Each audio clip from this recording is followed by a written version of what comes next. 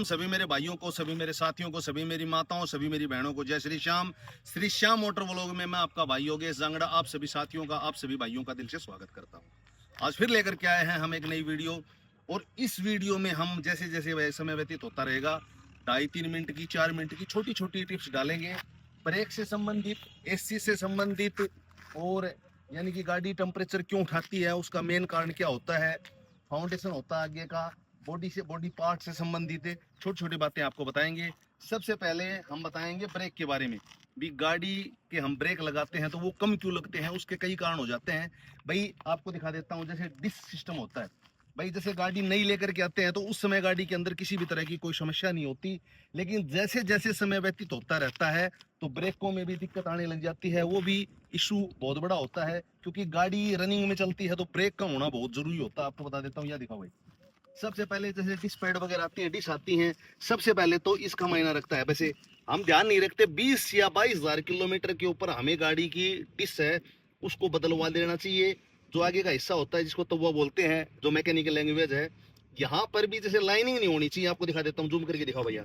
ये देखो बिल्कुल प्लेन है, यहाँ पर अगर लाइनिंग होंगी तो उससे भी दिक्कत आएगी। आपको बता देता हूँ, हमने पिछली भी कई वीडियो डाली थी, कल परसों भी हमने टाटा की जो गाड़ी थी उसकी एस की उसकी डाली थी वीडियो, तो उसमें दिक्कत क्या आती है आपको बता देता हूँ।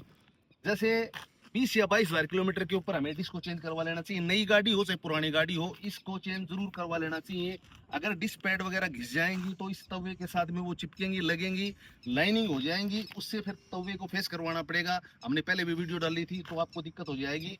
और कुछ एक बातें क्या होती है, जैसे भाई सर्वो से भी रिलेटेड होती है। एक बार बार में हम गाड़ी के ब्रेक मारते हैं, भाई जैसे हम गाड़ी स्पीडली है तो हम क्या है कि जस्ट उसी टाइम ब्रेक मारते हैं, जिससे क्या होगा, तवा है जो फेस होगा वहां से ज्यादा घिसेगा वो, तो उसमें हमें दिक्कत आएगी। आपको बता देता हूँ।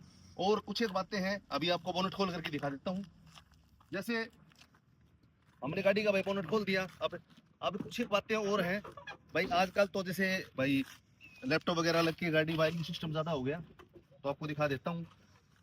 गाड़ी पुरानी है जरूर, लेकिन हमें पुरानी गाड़ी से बहुत कुछ सीखने को मिलता है, क्योंकि नई गाड़ी में वो काम होता नहीं है। और पुरानी गाड़ी जैसे हमने भाई कई भाइयों के पीछे कमेंट भी आए थे, भाई गाड़ियों का बहुत ज्यादा काम करवाते हो, क्योंकि ये गाड़ी एक्सीडेंट गाड़ी थी और हम काफी समय से मैं गाड़ी रख रहा हूँ, तो मुझे ज्यादा इतनी पैनिक होने की जरूरत नहीं होती, क्योंकि मुझे बस ये है कि सामान लाने के लिए इस गाड़ी का सामान मिलता नहीं है तो दूर जाना पड़ता है, बस इतनी बात है।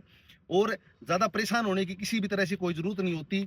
एक तो देखो सर्वो का मेन सिस्टम होता है, यहाँ सर्वो में प्रॉब्लम होगी तो जैसे हम ब्रेक पेडल को दाबेंगे, कट कट के या बट बट के से हमें पेडल मारेंगे तो पता चल जाएगा, लगाएंगे तो भाई गाड़ी के अंदर क्या समस्या है।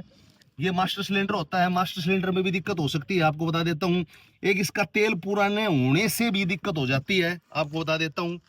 और आजकल गाड़ियों में एबीएस का सिस्टम है, एबीएस में वायरिंग में बत्ती दिखाएगी। लैपटॉप वगैरह भी कई बात हमने पिछली बार जैसे गाड़ी से संबंधित वीडियो डाली थी, भाई लैपटॉप भी हमने लगवाया, लैपटॉप से भी उस बात का पता नहीं चला, लेकिन वो गुलाब जी मिस्त्री के पास हम गए काम करवाने के लिए। यहाँ एक रिले थी पीछे आती है, आपको दिखाऊंगा जूम करके, तो वो सॉकेट लगाने के बाद में ऑटोमेटिक गाड़ी के अंदर प्रभाव हो गया। तो आजकल ये वायरिंग सिस्टम ज्यादा है गाड़ियों में। पहले वाली जो गाड़ियां थी उसमें वायरिंग सिस्टम इतना ज्यादा नहीं हुआ करता, बिल्कुल प्लेन और सिंपल गाड़ियां थी। और जैसे जैसे अब BS7 नॉर्म आएगा उसमें भी खर्चे और ज्यादा बढ़ेंगे गाड़ियों के।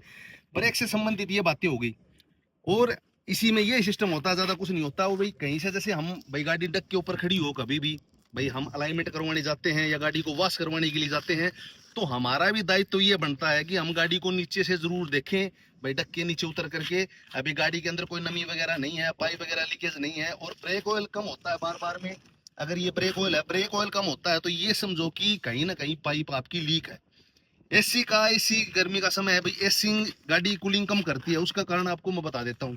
सबसे पहले तो इस कंडेंसर का खराब होना या इसका चोक होना, जैसे छोटे छोटे मच्छर वगैरह इसके अंदर आ जाते हैं, हम टाइमली उसको साफ नहीं करवाते, वो उसके अंदर चिपक जाते हैं। रेडिएटर जैसे गर्म होगा, एसी को चलाएंगे भाई उसी हिसाब किताब से कंडेंसर भी गर्म होगा, गर्मी के टाइम में टेम्परेचर हाई होने से इसमें भी दिक्कत आएगी। पर इसमें क्या होता है, अंदर का जो ब्लोअर होता है, आपको दिखा देता हूँ, यहाँ ब्लोअर होता है और यहाँ फिल्टर लगता है लेफ्ट साइड के अंदर, तो उस फिल्टर का चोक होने से भी भाई हवा बिल्कुल अंदर कम आएगी। और चिल्ड न होना, भाई गाड़ी ठंडी न होना, तो वहां अंदर हमने जैसे इस गाड़ी की वीडियो डाली थी, कूलिंग कॉइल होती है, कूलिंग कॉइल अगर लीक होगी तो उससे भी दिक्कत आएगी। और जैसे नई गाड़ी के अंदर कोई दिक्कत नहीं आती, पुरानी गाड़ी में क्या समस्या होगी कि इसके अंदर ऑयल आता है, जो कंडेंसर के अंदर ये जो एसी का कंडेंसर होता है उसके अंदर डलता है। कई मैकेनिक भाई क्या काम करते हैं, उस कंडेंसर के तेल को ऑयल को नहीं डालते उसके अंदर, उससे क्या होता है दिक्कत हो जाती है। अब गाड़ी के अंदर और आवाज कौन, जैसे ये शॉकर वगैरह है भाई, शॉकर है जैसे हमने इसके माउंटेन थे ये बदलवा दिए। इस गाड़ी के मोस्टली मिलते नहीं है, न मिलने का कारण आपको क्या बता देता हूँ मैं। आकि ना मिलना मतलब क्या है कि गाड़ियां मार्केट के अंदर बहुत कम गाड़ियां हैं, क्रूज गाड़ी, और कंपनी यहाँ से चली गई है। सर्विस पॉइंट इस गाड़ी के हैं लेकिन वो कॉस्टली ज्यादा पड़ते हैं। तो अब ये ओरिजिनल तो है नहीं, हाँ इतना है कि हमारा काम चल सकता है। और हिसार ऑटो मार्केट एशिया की सबसे बड़ी ऑटो मार्केट है। आपको नई गाड़ी पुरानी गाड़ी की आज मार्केट में जो गाड़ी आई है उसका सामान भी अवेलेबल हो सकता है, मिल सकता है, आपको आराम से मिल जाएगा। और इसको सोकर जैसे आवाज हम ब्रेक वगैरह लगाते हैं गाड़ी के गड्ढे में डलते हैं तो यहाँ से आवाज आती है, महसूस होती है।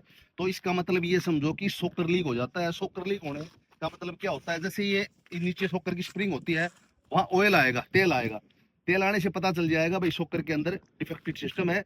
तो ये छोटी बातें जरूर है लेकिन ये बातें बहुत बड़ी है। और एक गाड़ी को हीट कैसी होती है, एक तो इसके अंदर कूलेंट नहीं होना भाई। कई भाइयों ने वीडियो में पहले भी बताया था, हमारे पास कमेंट भी किया था कि भाई कूलेंट का मतलब क्या होता है। कूलेंट में एक चिकना केमिकल होता है जो कि इंजन का ब्लॉक होता है, जो कि मेन फाउंडेशन होता है इंजन का। वहां उसके अंदर क्या होगा, जैसे शरीर के अंदर फोड़े फुंसी होते हैं उसी तरह से ब्लॉक के अंदर ब्लॉक वहां से खराब होना शुरू हो जाता है।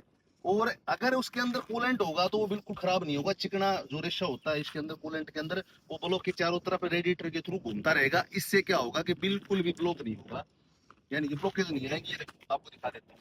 अब ये देखो, हमने भी भाई गाड़ी 2 दिन से चेक नहीं की, तो हम भी बताते रहते हैं लेकिन चेक हमने भी नहीं किया, थोड़े से बिजी थे। ये देखो इस तरह से अब ये जंग वगैरह की शिकायत होगी, हम खोल नहीं सकते गाड़ी को, देखते हैं खोल करके क्या रहता है। तो इसके अंदर कूलेंट है, कूलेंट तो है ही। तो ये देखो कूलेंट है गाड़ी के अंदर, लेकिन ये परत क्यों बनाई। इसके अंदर भी आपको एक बात बता देता हूँ, इसके अंदर भी ऑटोमेटिक सिस्टम होता है, इसका भी जाम होना बहुत बड़ी बात होती है। इसके अंदर गैस धीरे धीरे धीरे धीरे लीकेज होती रहती है और ये भी बिल्कुल टाइट नहीं होता। कंपनी ने इस ढक्कन जो ये कैप होती है इसका बोतल का, इसका भी बहुत बड़ा महत्व होता है। ये नहीं होता कि नॉर्मल कैप होती है, ढक्कन होता है, ये भी बहुत बढ़िया ढक्कन होता है। कंपनी ने इसके अंदर भी बहुत, ये देखो एडजस्टमेंट सिस्टम होता है, इसके अंदर बहुत सिस्टम होता है, इससे गैस आराम से निकल जाती है।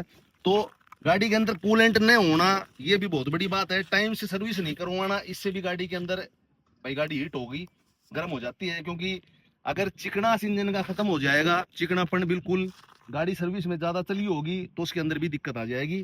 तो ये छोटी छोटी बातें हैं लेकिन बातें बहुत बड़ी हैं। और गर्मी के समय हमें जरूर ही इन बातों का ध्यान रखना चाहिए, टाइमली गाड़ी को धुआना चाहिए। जब भी हम गाड़ी को सर्विस स्टेशन के ऊपर ले जाते हैं तो हमें जो सर्विस स्टेशन का फवारा होता है, प्रेशराइज होता है बिल्कुल, तो उंगली लगा करके ही, उंगली को हम जैसे आगे लगा लिया, वहां से ही इसको कंडेंसर वगैरह को साफ करना चाहिए। और अंदर इंजन के अंदर से भी हम साफ सफाई कर सकते हैं। लेकिन प्लस में यहाँ जो एसीएम वगैरह है, ये चीजें हैं वायरिंग, इसको प्रेशराइज वाटर से बिल्कुल भी नहीं धोना। नई गाड़ियों के ऊपर स्टिकर लगे भी होते हैं, देखो ये स्टिकर की जगह भी है यहाँ पर, तो उनमें सारी वार्निंग इंस्ट्रक्शन वगैरह हैं वो लिखे हुए होते हैं, हम उनके ऊपर गौर नहीं करते। तो आज के लिए इस वीडियो में इतना ही है, कल मिलते हैं नई वीडियो के साथ, तब तक के लिए जय श्री श्याम।